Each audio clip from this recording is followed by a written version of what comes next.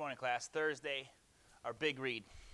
Now you're going to find your larger reading book with the airplane. It's our literature anthology. Don't forget, this week we're working on realistic fiction and then how do your actions affect others. Okay? Experts Incorporated, page 32. We're on page 32, Experts Incorporated. Now what I'd like you to do is I'd like you to have your book out and then you'd be following along. All right? And as you're going through this book, think about everything we worked on this week. Predicting. We want to make some predictions about what might happen next, We're thinking about what realistic fiction is, right? It's a real story, but some guy just made this up. Okay? It never really happened, but we have real people, real characters. There's going to be no dinosaurs, nothing fake like that. Real people, real characters, real setting. It is kind of a funny story here. We're also going to come across some idioms, and if you find an idiom, I want you to raise your hand. I think that's an idiom, like cat got your tongue or butterflies in your stomach. Experts Incorporated. There are 3 things in the world that I cannot stand. Cucumber salad, wool sweaters, and creative writing. Cucumbers make me burp and wool makes me itch, but if you gave me a choice, I'd rather burp and itch at the same time than have to write something creative. You finished with your essay? You finished with your essay, right, Rado?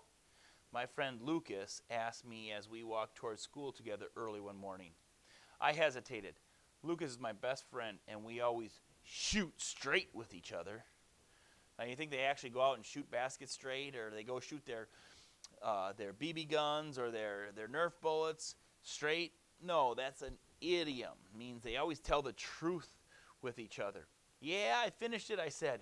Phew, that's a relief, he said. If you hadn't, I'd never forgive you, you know. Yeah, I know, I said. The problem began on the first day of school year when our humanitarian teachers, Miss Greenberg, promised that if nobody got an F in her class all semester, she'd give us a big pizza party. Just remember, she laughed, there's no F in pizza. Here it was, the last week of the semester, and I was about to earn not just an F, but the F that would ruin everything. Because you see, I hadn't done the assignment. Not one word. What? His friend Lucas asked him, and Rod said, yeah. But the truth is, he never did it.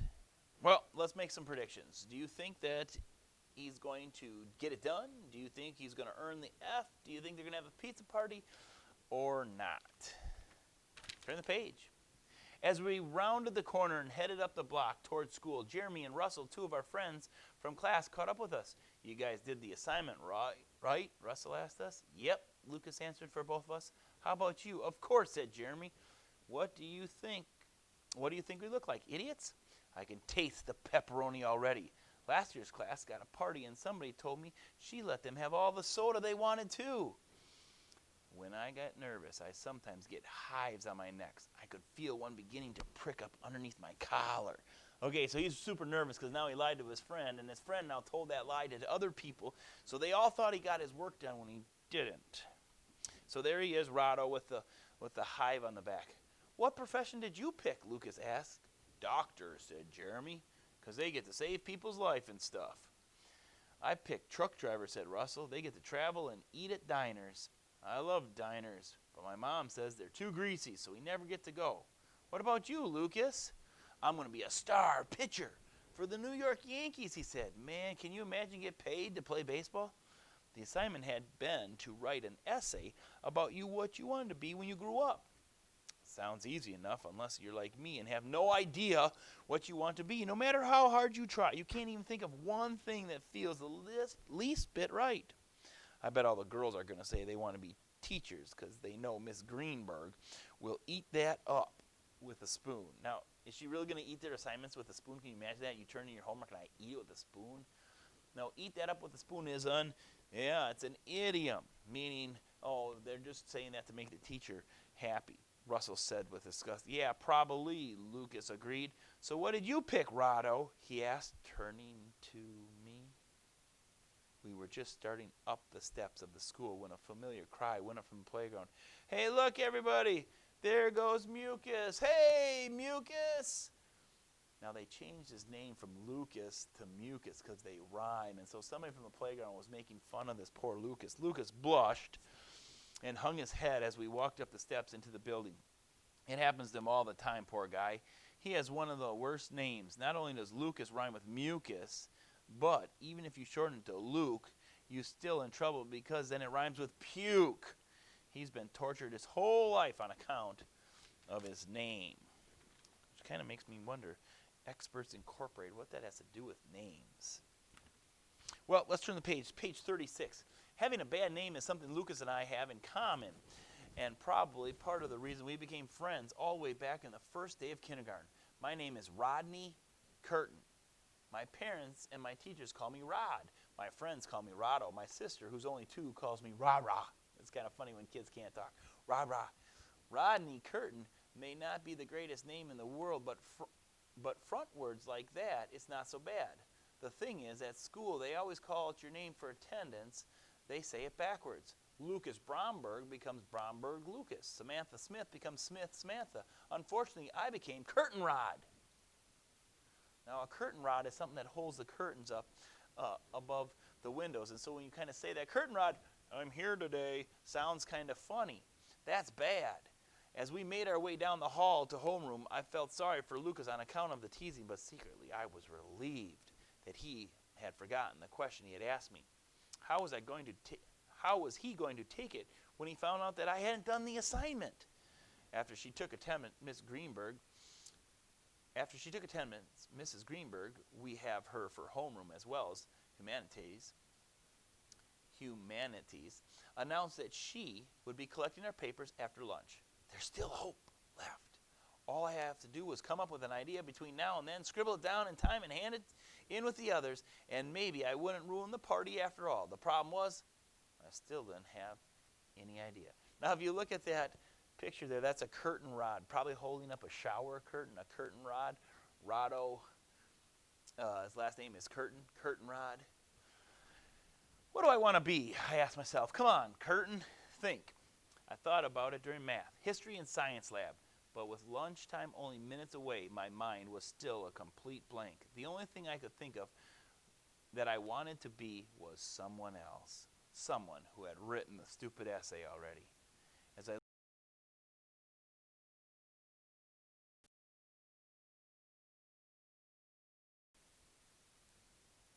Do I want to be a scientist? I gotta check my camera here. Looks like it's still going. Do I want to fix clocks? Write books? Build desks? Make pencils? No. And then suddenly, without warning, everything shifted into slow motion, and my eyes came to rest on the face of a girl sitting in the second seat with third row from the left. That's when it hit me. I knew what I wanted to be, what the world needed me to be. When the bell for lunch rang, I didn't join the others in the cafeteria. Instead, I took out my notebook and I began to write. When fifth period bell rang, I was already in my seat in Mrs. Greenberg's room with a stack of 4 handwritten sheets of paper in front of me and a huge grin on my face. Anybody want to predict what he's going to be? He looked at a girl and then he had a great idea. Doesn't make much sense to me. I don't think I have enough information to make a good prediction. But I'm going to predict that he did a good job because he's pretty happy about it. Why are you sitting there smiling like a dork? Lucas asked me as he slid into the seat next to me. And where were you at lunch anyway? And the other thing is you never answered my question before. What did you choose for your profession? Name expert, I told him happily. That's definitely what I want to be, a name expert. A name expert? Who'd ever heard of that? He said. Nobody. It hasn't been invented yet. I'm going to be the first one. I told him, oh yeah? And what exactly are you going to do, he asked me. I'm going to advise people about what not to name their kids. No offense, but that is so dumb. Why would anybody pay you to tell them what not to name their kids, he asked. Because I'm an expert, I said. Says who? What's your name? What do you mean, what's my name? You know my name, Fish for Brains. There's an idiom. Does he really have fish for brains? No, that just means that he's not very smart. Lucas snorted. Come on, just answer the question. What's your name? Lucas, he said. And what do all the kids call you? He hesitated uncomfortably for a second before answering. Mucus, he said quietly. Exactly, I said. See, if I had been around when your parents were deciding what to name you, I could have warned them that every name needs to be checked for bad rhymes. A kid named Leo is going to end up being called B.O. Everyone named Gabby is going to be called Flabby. It doesn't take a rocket scientist to figure that out. Your name is particularly bad because it's a double whammy. Tell me about it, said Lucas, shaking his head sadly. The way I see it, a name expert should be hired every time a baby gets born to protect it from being saddled with a name that could ruin it for life, I went on. How much do you think you'll get paid? He said. A lot. Parents pay a bundle for braces to straighten their kids' teeth. Don't you think that they'll shell out even more to save their kids from being humiliated at school? Here's a question for you. Do you think there's a way a name expert could figure out whether the name is going to fit when the kid gets older? Lucas asked me. What do you mean? I said. Well, for instance, you know how Melody Adams is tone deaf? Yeah, she sings like a moose, I said. If her parents knew she was going to be unmusical, why would they give her a musical name like Melody? Maybe they would have named her Moose, I said. We both laughed. So this girl, Melody, means that you can sing really good. And that's her name, but she can't sing good at all, so she's got this name that doesn't match her. I suppose a name expert could be trained to look carefully at the parents for signs of what's to come, I said. For instance, if there's a history of baldness in a family, it's probably not a very good idea to name you Harry. Yeah, or like the parents have big noses, they shouldn't name their kid Honker, he said. Who names their kid Honker, I said. That's not even a real name. Oh, and Curtain Rod is? I punched him in the arm, but not too hard, because like I said, we're best friends. Hyphenated names would have to be looked at very carefully too, don't you think? Said Lucas. Like Jessica's, for instance. Exactly, I said. She's the only one she was the exact one that I was looking at in science lab when the whole idea came to me. Now remember, he got this idea during science class. Exactly, I said. Oh, looking at Jessica's dad's name is Charlie Mittens, and her mom's name is Sylvia Pepper. How hard could it have been to name her Jessica Mitts and Pepper instead of Jessica Peppermints? Peppermints. It's like you would eat peppermints, and notice I gave her red and white hair like red and white peppermints. If they had name expert around, trust me, it never would have happened. You know, I take back what I said about this being dumb, Lucas said. I think maybe you're on to something here. Yeah, you think? I said. Yeah, and you know, once business takes off, you might even need a partner, Lucas said excitedly. We could call it Experts Incorporated. We? I laughed. I thought you were going to pitch for the Yankees. Lucas smiled and shrugged. I doubt I'll get picked up. I can't even throw a slider. But if you want a partner who really understands why the world needs name experts, I'm your man, Rado. Mrs. Greenberg came down the aisle, collected all the papers. As I handed her mine, I heaved a big sigh of relief. Not only had I avoided ruining the pizza party, I had managed to plan my entire future too. And it looks pretty bright, if I do say so myself.